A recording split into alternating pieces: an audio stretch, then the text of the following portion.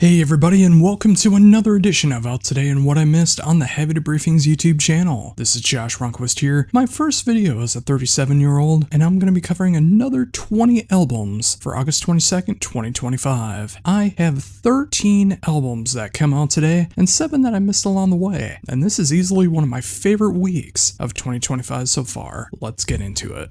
First up, we have Blackbriar with 1,000 Little Deaths. This Dutch band returns for their third album since 2021 with a spectacular display of symphonic gothic metal with their added spices of alternative metal. The band continues to explore their sound, going deeper into heavier territories, but also mainstream territories at the same time. The orchestration feels richer and grander than ever before, and the songwriting somehow trims off even more fat, leaving just this most lean and mean song structures they can possibly make. No song goes over the 4-minute and 40-second mark, leaving room for all 10 tracks to fly by in no time flat. The production is the best the band has ever had to date, and the band feels like they are at their strongest point so far. This is the Blackbriar album to check out first, and go backwards from here to see what the band is all about. Overall, if you're finding out about this band for the first time, or you've been a long-time fan, I really do feel like this is a very earnest, whimsical, and satisfying album, and possibly their best to date. Give this album a proper listen if you enjoy the likes of Elaine,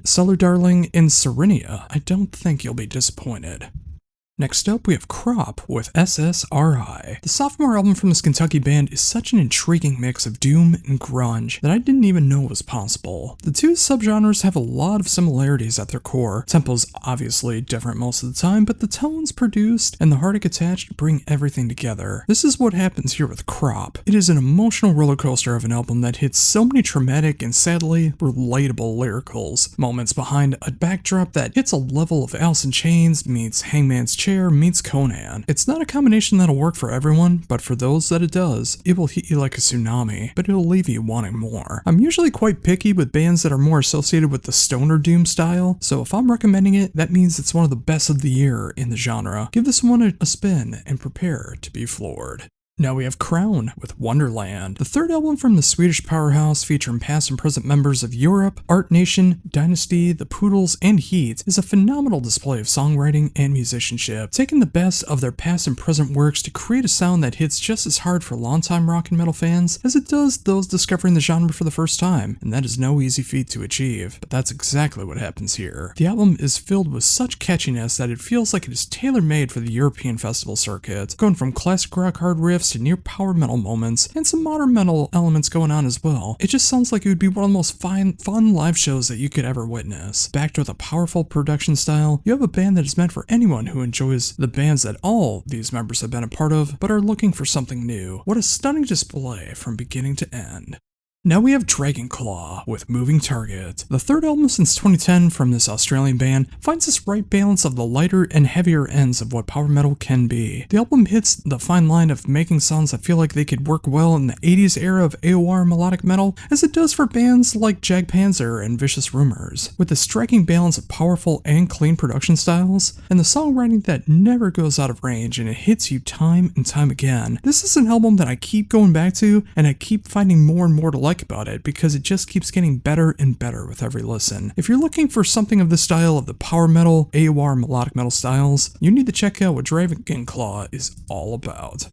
Next up, we have Hundreds of AU, or Hundreds of AU, depending on your pronunciation, with Life in Parallel. The fourth album from this New Jersey outfit is a hard-hitting but effective piece of mathcore, screamo, and post-hardcore that may feel like it's for a particular type of listener, but it does have a broader appeal than one may think. It's this grand concoction of 90s through current-day genres that hit from some of the most chaotic moments that you can imagine, but it's also done in a comprehensible way that feels satisfying to the ears despite everything going on around you. The production is full and layered, especially for an album like this. It should be that way. And the songwriting can go all over the place, but it never goes too far into left field. If you're looking for something that feels comprehensible in a way of bands like The Fall of Troy, Every Time I Die, Thursday, and Boy Sets Fire, this band is meant for you. Now we have Jack the Joker with The Devil to Pay in the Backlands. The third album from this Brazilian progressive metal band feels like Brazil's answer to if you mix Symphony X and Haken together. It's a whirlwind of an album that explores the highs and lows of progressive metal, with everyone in the band showing off their chops and, more importantly, their songwriting skills. The production is just raw enough to feel human amongst all the prog chaos on display. I can easily see this band becoming one of the biggest bands of the 2020s prog scene and beyond with this release, let alone where the band goes from here. If you like your prog over the top but still filled to the brim with heart, Jack the Joker is anything but a no, I can't do that pun. Let's just say this is one of the best prog albums of 2025, bar none. Next up, we have Mob Rules with Rise of the Ruler. Mob Rules returns with their 11th album since 1999, and it feels like the band has never lost a step. The German melodic power metal band has always had their signature sound, changing things just enough to never sound like a carbon copy of their previous work, but never losing what made them stand out to begin with 26 years ago. The production fits like a glove, and the band hits everything you love from them, from their songwriting, the earworm solos, the insane vocal ranges, to just rocking enough, and just heavy enough sound that can't be topped in this style. If you somehow have never heard this band before, you are missing out. This is easily for anyone who enjoys the likes of Hammerfall, Gamma Ray, and Stradivarius. The Mob Rules still rule after all this time. Check out Rise of the Ruler. Next up, we have Old Machines with The Cycles of Extinction. The debut album from this Portland outfit is one of the most intriguing pieces of symphonic black metal I've heard all year and beyond. While having this defining sound of symphonic black metal, the band also explores progressive, avant-garde, and futuristic tendencies you don't normally hear in this genre.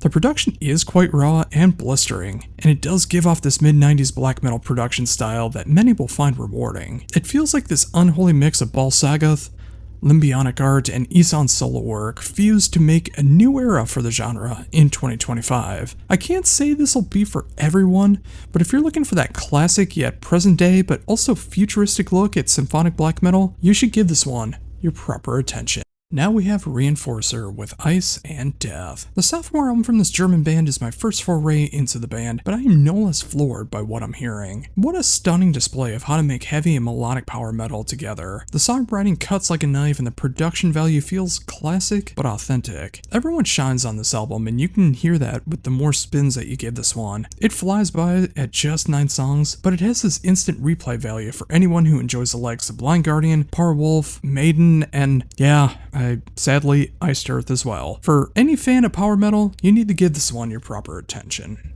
Now we have Rust and Rage with Songs of Yesterday.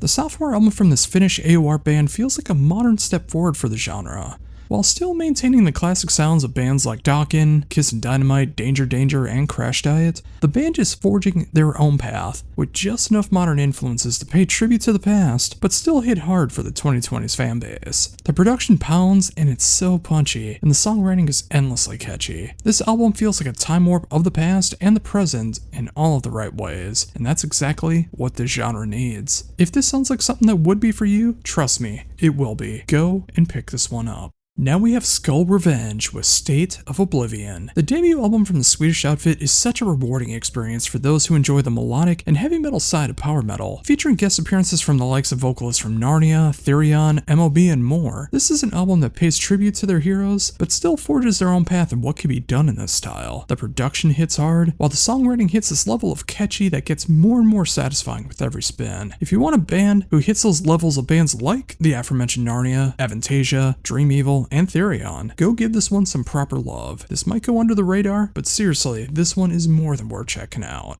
Now we have Visitant with Rubidium. The debut album from this Floridian band featuring members of Abiotic and Accursed Creator is an album for the ages, combining a passion of melodeath, death metal, symphonic black metal, and more all rolled into one is no easy thing to achieve without sounding like a hodgepodge, but the band does it in what sounds like such magnificent ease. The production is spellbinding with how powerful and clear everything comes off, and the songwriting keeps you on the edge of your seat from beginning to end. This is how you create a new path forward, all while paying tribute to your influences along the way. If you want to mix a Naglfar, Arsis, the Black Dahlia Murder, and even some Opeth, go check out what this band is all about in all of their glory.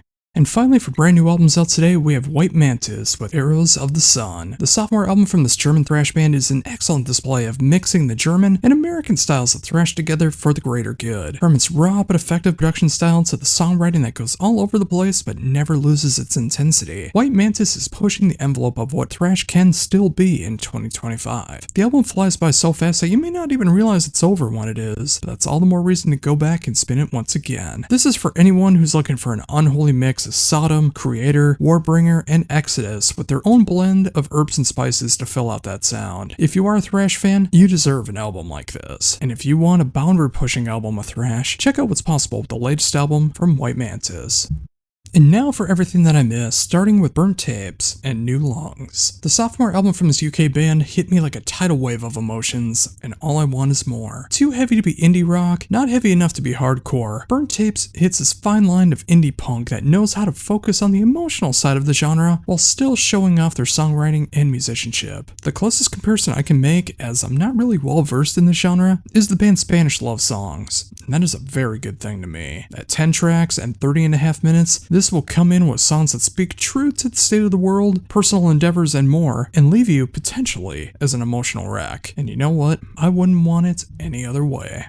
Now we have Haunt with Ignite, the 11th album from Trevor William Church, and released on his birthday no less, back on August 13th, is a stunning look at the state of the world in a very personal way. This album is filled with emotion that seems to hit just extra hard in these times that we're living in, and it feels quite, well, there's no other way to put it, lonely. Especially the back half of the album feels like some of the most personal and emotionally driven songs Haunt has ever recorded. The first half is not without its charm though, as it has more of that traditional songs that you would expect from the band. The production carries over from their previous album, 2024's Dreamers, and it sounds incredible. I love this production style, and Trevor, if you're listening, please never lose this production style ever again. The songwriting is lean and mean, and no song is over the 4-minute mark. I love my heavy metal and revive metal fun, but this is not a fun album. This is a serious album that strikes hard at the soul and at the world that we live in, and honestly, I wouldn't want it any other way. Is this the best Haunt album yet? There's an argument to be made. Maybe it's a little too early to make that claim, but it is, without question, one of the best straight-up heavy metal albums of the year, and that is something that we all deserve to have in our lives. Next up, we have the Lucidia Project with The Twilight Affliction. The debut album from this Fargo band is not something I would have expected from a neighboring state of mine, but I couldn't be happier that it exists. Combining elements that feel like that they shouldn't really blend together on an album like this, but it simply works from beginning to end. The album primarily focuses on more of an alternative rock, alternative metal, symphonic metal sound that hits at the right kind of death doom, and it makes the music even more powerful. Every song is catchy in its own way, whether it goes into almost radio rock territory or the deepest recesses of what death doom could be. Imagine a band that combines the Last Fair Deal, Gone Down era of Catatonia, mixed in with some Dark Tranquility, and a healthy heap of Camelot. And you have a band that may not be for everyone, but it's definitely for me. If you want something like this, you owe it to yourself to check this one out. Next up, we have Madhouse, or Modhouse, because it has little dots over the A, it all depends on your pronunciation, with Plead the Fifth, one of the most fun glam albums of 2025, and that is not a sentence you often read anymore, as the heyday of the genre was well over 40 years ago. But thankfully, there are bands like Madhouse that want nothing more than to bring back that sleazy, dirty, and fun style of heavy metal back into the world without making it feel like a gigantic meme, and you know those bands that I'm talking about. The fourth album from this German band does nothing revolutionary, and they don't need to reinvent the wheel. This is just a fun, forward-of-the-floor rock from yesteryear album updated enough with 2025 production and filled to the brim with killer songwriting and musicianship. If you love the likes of Rat, Skid Row, Whitesnake, and Warrant, you will love everything that Madhouse brings to the table. Now we have Panopticon with Laurentian Blue. The 11th album from Austin Lunn is technically the first full-on take of full-on folk, acoustic, and Americana for a full-on album. The first came with part 2 of The Scars of Man on the Once Nameless Wilderness 1 and 2, as that was on disc 2, but that was only half of that double disc album. And this is also a companion piece to the masterpiece that is 2021's And Again Into the Light. It's an album of sheer beauty, but it will tear your soul apart musically and lyrically. It's an isolating album that feels like it was written about the winters of northern Minnesota, and once you know it, that's exactly what the album is about. If the counter album is about the rest of the year in Minnesota, this is by far the winter album. I have a bit of a bias when it comes to Panopticon, as they're one of my favorite bands of all time, and I also happen to live in the same state, and so many of their songs, from Roads to the North onward, feel so relatable on an emotional level, as I was raised around the areas that are talked about, and it just reminds me of both the good and the bad times from the past and the present. This album feels like a full-on tearjerker from the music alone, and while if you are just a die-hard rock or metal fan and can't appreciate the album that goes into this kind of style, I won't condemn you for that, but I will say you should release your preconceived notions and give this one a proper listen, as you may find out you really enjoy the music. Without question, this is my favorite non-metal album of the year, and it's a great representation of rustic Minnesota in 2025.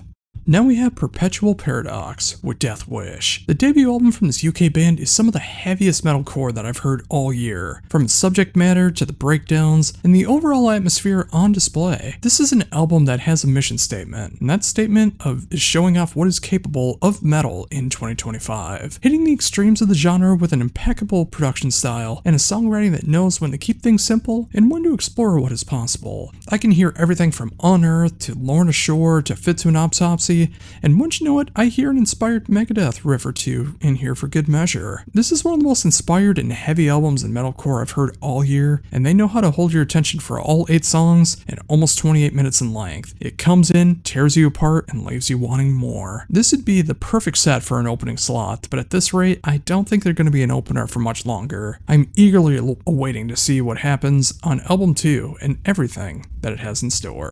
And finally, we have Warman with Band of Brothers. The 7th album and second since the rebirth of Yanni and Auntie Warman's musical endeavor returns with a rejuvenated sound and life for everyone involved. Let's face it, the demise of Children of Bodom left so many people wishing for that sound back, and who better than 2 of the people that helped start that kind of sound bring this project back and make it from a full-on shred band into a full-on melodeath and power metal band. Now, knowing the direction of Warman going forward, the band is having that thick layer of Children of Bodom sound to them, but are still able to shred in the right moments, and they still have those hints of the old style intact. You can hear elements of the other band members as well, such as in Sephirum and Norther, but you also hear nods of Stradivarius and Johansson. Overall, this is an album that feels familiar, especially if you are a Children of Bodom fan, but they are still pushing forward in their own direction, and now that the fire is fully back, I'm excited to see where the future of Warman has in store for us all.